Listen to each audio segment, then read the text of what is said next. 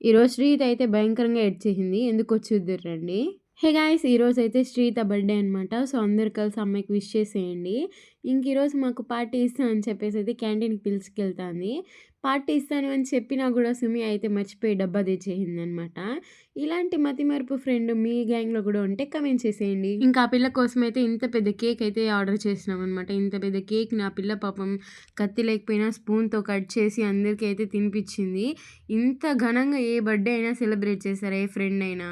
మేము చేసినాం చూడండి, మమ్మల్ని మెచ్చుకోండి ఫస్ట్ ఆఫ్ ఆల్. ఇంకా అందరికి ఆ పిల్ల తినిపిచ్చేసింది. లాస్ట్‌లో పాపం పవిత్ర గమ్మునుండే శ్రీత్ అని తిను తిను అని చెప్పేసి ఆ పిల్లే తినేసింది. బర్త్‌డే రోజు కూడా ఏడిపియకుండా ఉండేదనమాట మా పవిత్ర. ఇంకంతా అయిపోయింది. ఇంటికెళ్ళిపోతా అన్నాం అని చెప్పి అనుకునే లోపల ఆ పిల్లకి సర్ప్రైజ్ చేసేసినాము. ఎలా అంటే బస్ అందరి దగ్గర విషెస్ చెప్పిపిచ్చేసినాం. అందరూ అరిచేసి ఆ పిల్లకైతే గిఫ్ట్‌లయితే ఇచ్చేసినాం. ఇంకా ఆ పిల్ల హ్యాపీనెస్‌కి అడ్డే లేదు. ఆ హ్యాపీనెస్‌లో హ్యాపీ టీయర్స్ గూడా వచ్చేసింది.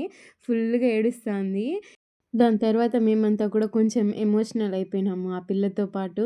ఇంక అందరి దగ్గర చెప్పిపిచ్చేతలకి ఆ పిల్లకి మినీ హార్ట్ అటాకే వచ్చింది.